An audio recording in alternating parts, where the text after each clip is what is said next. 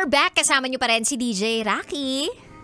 And DJ Alex. This is Love Radio Academy wherein we feature students from different universities para magpakitang gilas dito pero para hindi kami palitan. Anyway, we still have more shoutouts from DJ Alex. Kaya naman, DJ Alex, take it away.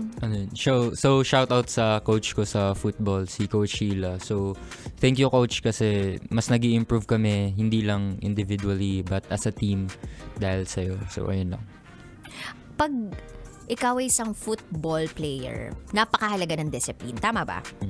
Okay. And ang isang atleta, napakahalaga sa kanila na meron silang good diet. Tama ba? Good sleep. Ayun din, sleep, diet, Ayun. So, ano yung mga nasakripisyo mo para maging isa ka talagang ganap na atleta?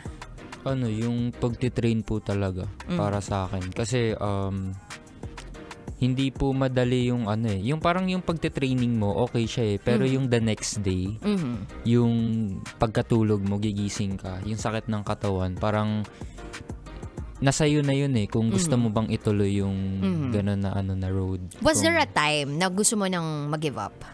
Hindi. Lakas yan. Syempre, hindi natin dapat iparinig sa coach mo. Pero, was there a time na napagalitan ka ng coach mo? Oo, marami. So, how do you take katulad it? nung kahapon, kasi miscommunication kami ng teammate ko. Tinatakbo niya na yung bola, tas inagaw ko sa kanya. Akala ko kasi ipapasa niya sa akin, tas natagalan. So, kinuha ko yung bola. Tas napagalitan ako, dapat daw hindi ganun. Kasi, syempre, pag nagkabanggaan din kami, delikado. Baka ma-injure pa kayo. Okay. So, how do you really communicate to your teammate? Lalo-lalo na kapag endgame kayo, may sanyasan ba yan sa eyes? Ano ba yun? Pinag-aaralan ba yan? Siguro kapag mas matagal nang nakalaro. Pero ngayon kasi maraming bagong players since nag-pandemic na. Diyan sa De La Salle University, Dasmariñas. Oo. So, parang kakabalik lang rin ng football. So, parang at least 1 year pa lang kami magkakasama, magkakalaro. So, bakit hindi basketball or volleyball or table tennis, badminton? Bakit gusto mo talaga football? Bakit yun yung napili mo? Parang nung bata ako, 'di ba, nung grade 2 pa lang ako, naglalaro na ako.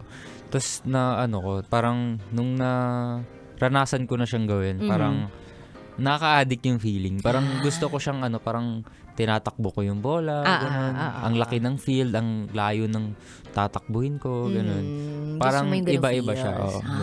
Okay. Parang may thrill talaga. Oo. Mas okay naman yung ganun, yung tinatakbo mo yung bola kaysa naman sa tinatakbo mo pera, di ba?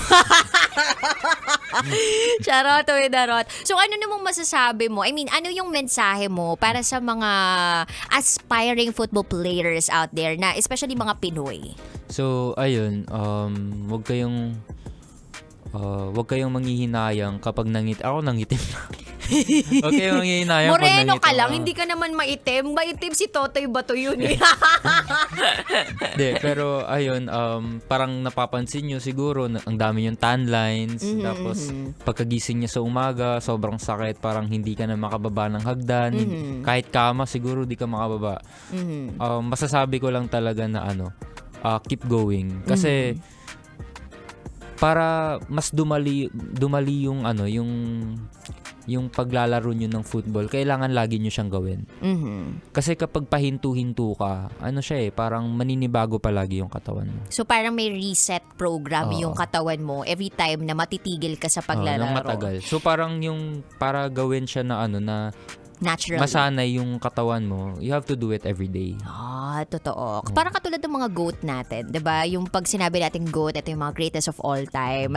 Tulad nila Michael Jordan, Kobe Bryant. Ewan ko kung napanood niyo yung mga documentaries nila, yung mga biography nila sa series or na mga exclusive, whatever, limited, whatever sa Netflix. Pero masarap panoorin yung mga ganun kasi it talks about discipline and passion of a person. Ayan. So, malay naman natin, itong si DJ Alex soon, 'di ba? Meron siyang ganon. Tapos siya na yung magre-representa sa Pilipinas. Yes! Looking forward.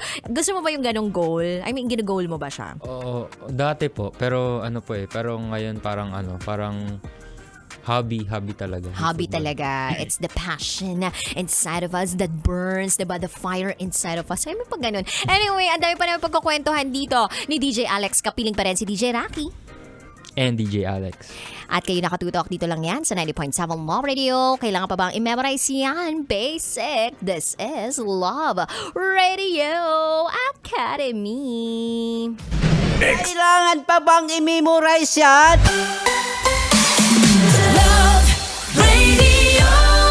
Basic!